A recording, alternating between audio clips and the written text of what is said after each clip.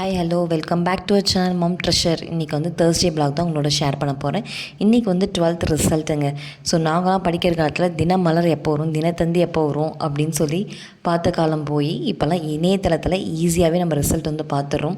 இந்த தடவை நிறைய பேர் வந்து 12th வந்து வெற்றி பெற்றிருக்காங்க அப்படின்னு நான் வந்து கேள்விப்பட்டேன். ஸோ ரொம்ப சந்தோஷம். தோல்வியானவங்களுக்கும் இது வந்து இப்போ ஒரு பெரிய விஷயமே கிடையாது. வெற்றி வந்து எப்படியோ அதே மாதிரி தாங்க தோல்வியுமே. தோல்வி நம்ம அடைஞ்சிட்டோம் அப்படின்னு நம்ம அதே இடத்துல ஸ்டாப் ஆகி நின்னாலோ இல்லை வெற்றி அடைஞ்சிட்டோன்னு சொல்லிட்டு ரொம்ப வந்து கர்வம் கொண்டாலும் அது நம்மளை ஆபத்தில் தான் கொண்டு போய் முடியும். தோல்வியோ வெற்றியோ அடுத்த ஸ்டேஜ் என்னன்றதை நம்ம மூவ் ஆன் பண்ணிட்டு போயிட்டே இருக்கணும். பாஸ் ஆனவங்க எல்லாரும் அறிவாளியும் இல்லை, ஃபெயில் ஆனவங்க எல்லாரும் முட்டாளும் இல்லை.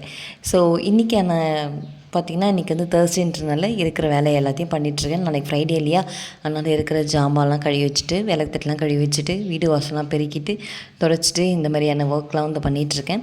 நீங்கள் யாராவது 12th ரிசல்ட் எழுதியிருந்தீங்க அப்படின்னா உங்களுடைய மார்க்ஸ் என்ன, நீங்கள் எல்லோரும் ஆல் கிளியர் பண்ணிட்டீங்களா அப்படின்றது கீழே கமெண்ட் செக்ஷனில் கமெண்ட் பண்ணுங்கள்.